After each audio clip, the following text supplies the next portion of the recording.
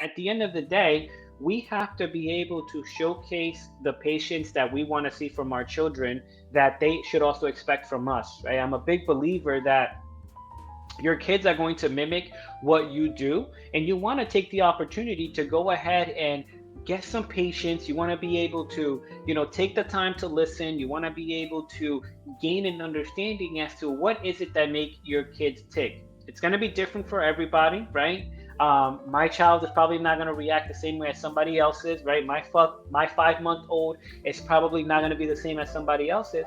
But that's what's so great about being a parent, right? Is that you yourself, you have a unique understanding, you speak a unique language to your child, right? And you both have a way that you can communicate with one another that you're both going to be able to find some semblance of understanding. Now, depending on how old your children is, this is going to vary, right? Because if my child was, let's just say 10 or 15, I may have to have a way different approach than somebody that's dealing with a 5 month old, right?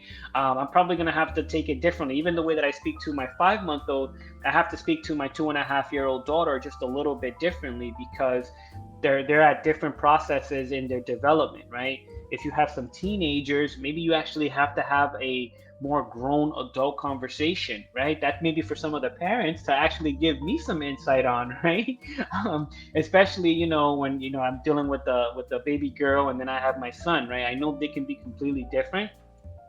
I've heard stories of, certain parents will tell me daughters are difficult to deal with, right?